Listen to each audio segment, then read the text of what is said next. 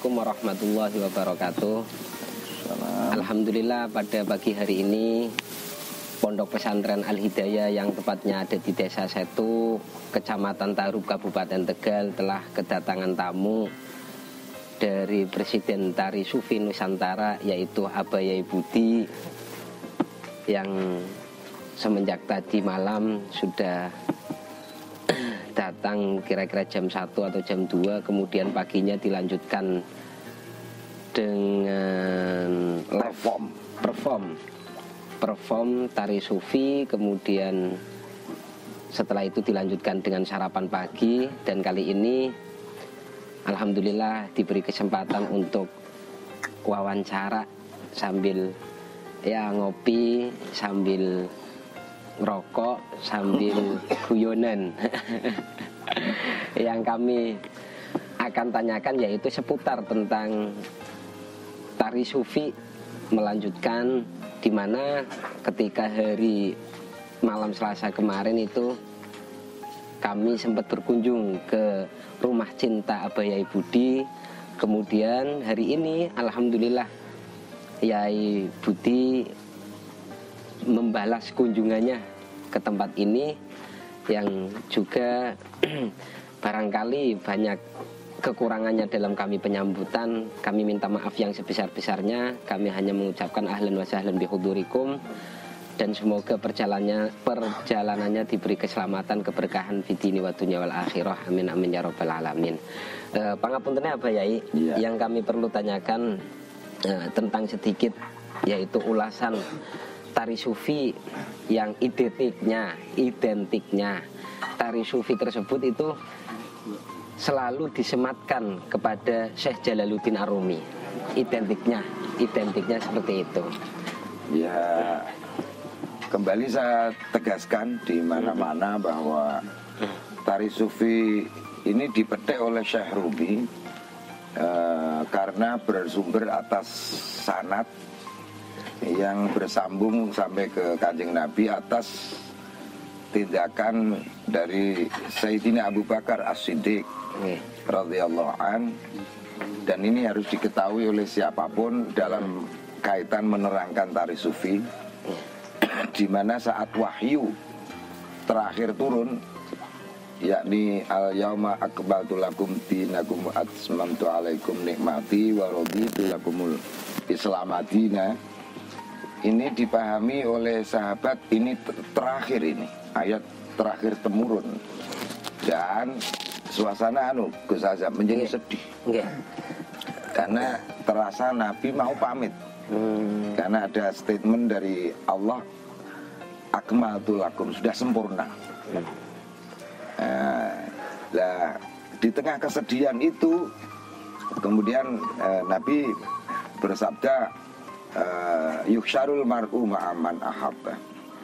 Besok di hari akhirat orang akan dipertemukan dengan siapa yang lebih dicintai atau yang paling dicintai. Dan saat itulah dipahami para sahabat, berarti seandainya Nabi meninggal ini bukan akhir segalanya. Ya, nanti akan ketemu lagi. Juga kita ini sama. Nanti akan ketemu lagi di hari kemudian atas dasar cinta. Ya, ini atas dasar cinta. Cinta. Dan petikan Syekh Rumi ini atas dasar namanya ini dalam kaitan agama disebut sunnah takririyah. Ya, sunnah takririyah. Ya, disebut takririyah karena Kenapa? Nabi tidak melakukan, juga tidak perintah. Tetapi atas episode tersebut Nabi menyaksikan Sayyidina Abu Bakar saat dawuh sabda itu kemudian berdiri dan menari gerakannya sebagaimana yang dilakukan oleh Whirling Dervish atau tari sufi atau tari sema ini, gitu. Nah, itu. Kalau boleh tahu, Syekh Jalaluddin Ar-Rumi tersebut itu hidup di masa sahabat, tabi'in atau tabi'in? Tabi'in. Dia keturunan ke-6 dari Sayyidina Abu Bakar As-Siddiq. Oh iya. Ya, itu. Ya, berarti turunan yang ke-6 dari Sayyidina Abu Bakar As-Siddiq. Masanya tabi'in. Ya, Nah, kemudian masih seputar Syekh Jalaluddin Ar-Rumi. seputar Jalaluddin Ar-Rumi. Di situ apakah beliau seneng gurau? Karena di syair-syairnya banyak syair-syair yang menjerumusnya ke percintaan tersebut. Itu bagaimana itu? Ya, Gus Azam, tidak hanya soal Syekh Rumi. Ya. Bahkan Kanjeng Nabi Muhammad SAW sendiri seringkali gurau. Bahasa penyampaiannya dengan senyum, dengan aura yang cair gitu. Dan itu dimiliki oleh Gung Azam. Setiap kekasih-kekasih Allah itu akan terlihat. Nak wong Jawa ngarani sumeh, ajer sareh, gitu. Wajah-wajah surga. Ya, wajah-wajah yang membayang ke sana. Begitu melihat malah hati orang yang melihat ingat Allah. Ya, kenapa? Karena di hatinya tidak terselubungi oleh hawa nafsu.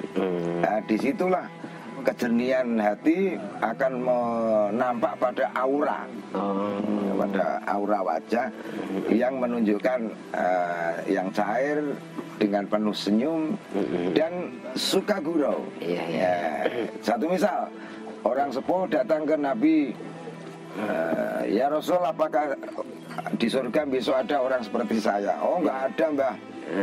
Mbah Putri soal itu nangis orang, Mbah, enggak ada, itu artinya besok Mbah di sana itu juga akan diubah menjadi muda. Itu kan guru juga.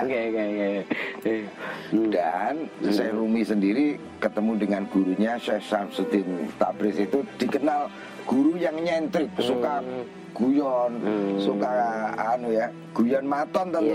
Gus Azam. Salah satu contoh dari guyonnya Syekh Jalaluddin Ar-Rumi itu. Satu misal. Ini dalam ranah keintiman, nah wong Jawa ngarani kelon. Itu baju-baju harus dilepaskan. Itu kan sangat-sangat orang memahami erotis gitu ya. Tapi sebenarnya itu maknanya lebih dalam. Yang dimaksud adalah keintiman ilahiyah. Ya, itu baju-baju harus dilepas. Baju itu dikaitkan dengan sifat buruk yang dipakai. Itu harus dilepas. Maka tari sufi kalau pas Wirling Adab itu ada jubah hitam dan di baliknya itu baju putih. Dan kalau mau menari jubah ini dilepas. Ini gambaran dari nafsu-nafsu yang dipakai. Nafsu madmumah tersebut. Iya, nafsu yang tercela itu. Gitu, Gus. Nah, itu kaitannya aura cinta akan menampak kepada aura muka yang cair, sumeh, ajer sareh dan senyum. Gitu. Tabasum.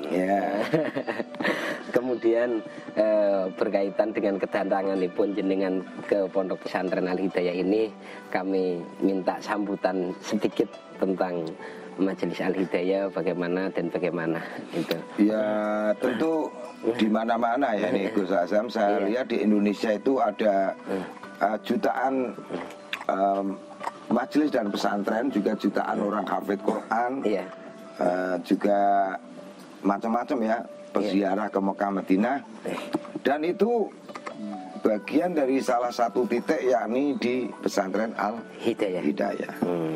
Bahkan pesantren itu sebenarnya era-era awal itu malah mandiri, kemudian melibat langsung ke masyarakat seperti ini. Jadi ini kan tidak berjarak dengan masyarakat. Nah, dari situ pesantren memiliki peranan yang sangat vital. Bahkan disebut oleh peneliti Jepang, jujune kok ana kiai-kiai kuwi sing gawe pondok, gawe madrasah, gawe majelis, gawe sekolahan. Untuk apa?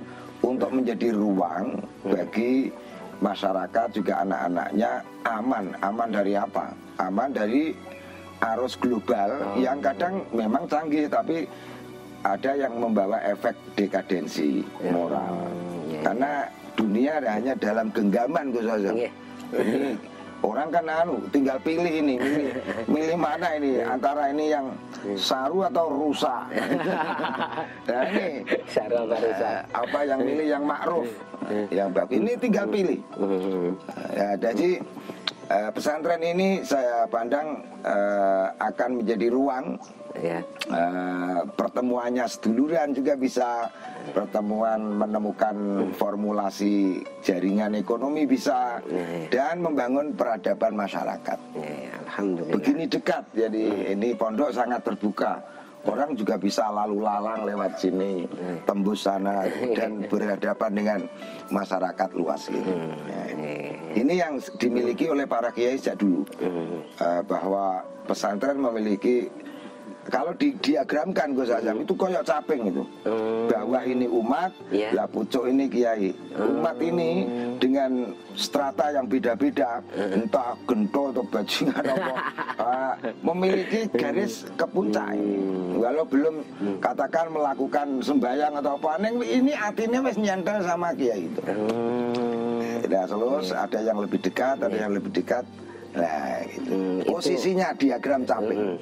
Posisinya diagram caping, berarti filosofi dari caping tersebut adalah antara umat dengan seorang pemimpin tersebut. Itu bagian dari translate gunung. Jadi gunung itu lembahnya itu masyarakat, dan hatinya itu memuncak ke Allah. Mulai disebut sapa wonge wani ngalah, luhur wekasanipun. Kalau raga ini rakyat, hati itu rajanya. Ini ya caping. Quran sama Gus Azam. 6.660 ayat, tapi pucuke itu dalam bak sebagai makna Quran yang terkandung. Makna bak terpusat pada titik. Maka lahirlah di Pekalongan Bade itu singkatan bak sama titik gitu, sebagai kandungan dari makna Al-Quran tersebut. Everything in the world, the road to God, to Allah. Artinya apa itu, Mbak? Apa wae sing nang bumi kene iki iso ndadekake pengeling hati tertuntun ke puncak Allah gitu. Maka wong Jawa bilang apa? Sapa wonge wani ngalah. Luhur wekasane. Coba dilihat di Tegal. Orang menjerit selalu ke puncak Allah terus. Oh Allah. Allah. Ndelalah. Nak gumun ya wala. Nanti kandani ranggu gula dalah. Nak sing paling pendek ya lah. Ketakjuban yang tak terjemahkan, tak terlukiskan. Nah, itu engko nak ana wong rada kemaki kemayu kok bagus ya. Ucapannya itu tapi rada mlindro. Allah. Monggo diunjuk riyen kopine. Kenapa makanya dulu Abah Budi biasanya sering bediin caping? Dan disitulah rahasia. Diagram caping itu diagram sosiologi masyarakat Nusantara. Satu, banyak gunung di dunia Indonesia. Dua, gunung berapi terbanyak di dunia di Jawa. Gunung itu diminiaturkan dalam bentuk caping dan dimahkotakan di atas kepala. Jadi turban ini sama dengan caping. Everything in the world tadi the road to Allah. Cuman bahannya beda. Kalau ini kain, kalau itu pring. Dan teman-teman, Nabi Gus Azam tidak pernah pisah dengan gunung. Ya, di Gua Hira. Di Gua Hira, ya. Gunung Jabal. Kemudian di Gua Thur, gua lagi. Kemudian di Taif sampai ada penjaga gunung tawar, ya Rasul, apa orang yang menganiaya dirimu itu aku timbun saja dengan tanah-tanah kami. Jangan. Kalau tidak bapaknya ya kena anaknya, kalau tidak kena anaknya ya cucunya, kalau tidak cucunya ya buyut, cangga, wareng, udek-udek, gantung sini. Jadi kalau ada orang mengajak kebaikan kok seperti Bim salah Bim, jangan menjadi guru. Dia akan gagal karena apa? Tidak memahami proses yang jauh. Nabi yang melempari batu menghina di Taif itu ternyata puluhan tahun berikutnya menjadi pahlawan di Medina. Yang dulu benci diubah menjadi cinta. Ini soal urusan cinta lagi. Dan di Medina Nabi juga tidak pernah pisah dengan Gunung Uhud. Ya kan? Sampai-sampai bilang Gunung Uhud mencintai kita, kita harus mencintai Uhud. Ini ada korelasi ekologis bahwa antara lembah dengan gunung ini ada hubungannya. Jangan sampai orang merusak gunung sebagai tandon air satu misal untuk ya apa? Paru-paru, ya, udara bersih ini kaitannya gunung, kaitannya hutan dan lain sebagainya. Gitu, Gus. Sebelum penutupan, barangkali Abah bisa berpuisi salah satu puisi Jalaluddin Arumi. Ya, salah satu puisi Jalaluddin Arumi untuk dibacakan, Ya. Salah satu puisinya. Ini puisi yang populer, juga bagian dari suasana di pesantren Al Hidayah ini. Siapapun bisa datang ke sini tanpa memandang primordial sekte apapun dari orang tersebut. Itu kan. Ini puisinya begini. Membacakan puisi. Datanglah datang, siapapun dirimu untuk kembali. Datanglah datang, siapapun dirimu, walau engkau membawa 1000 luka yang tak terobati. Insyaallah. Datanglah datang, walau engkau membawa 1000 janji yang tak tertepati. Datanglah datang, walau engkau peragu, pencari, bahkan tanpa saksi. Datanglah datang untuk kembali. Di sini, di pesantren Al Hidayah ini, samudra raya cinta menanti. Ya, kembali itu bahasa Arabnya tobat ya, rojek ya, inabah ya. Nah, itu kembali ke hati, ke fitrah. Ya, di situ samudra raya cinta, karena walau kau membawa luka ora terobati, janji ya ina sholati wa nusuki ya diunaike bendina ini yang melanggar meneh gitu loh. Seperti itu. Ini Tuhan tidak punya rasa karena bukan pendendam, dan cinta dia maha suci. Untuk itu orang yang melampaui batas satu misal tetap dipanggil ya ibadi, hai hamba-hambaku yang melampaui batas, masih diakui sebagai hambaku. Lah kalau ada orang-orang yang tidak ngei nyawa ya ora, ngei apa ya ora, tapi kok ngapir-ngapirke wong terakan-terakan. Apa urute kowe? Wong Gusti Allah sing duwe wae masih mengaku sebagai hambaku. Oke. Itu puisinya Serumi itu. Terima kasih untuk bincang-bincangannya. Kemudian barangkali banyak kesalahan, kami minta maaf yang sebesar-besarnya. Cukup sekian. Ihdinas siratal mustaqim. Akhirul kalam. Wassalamualaikum warahmatullahi wabarakatuh. Waalaikumsalam warahmatullahi wabarakatuh.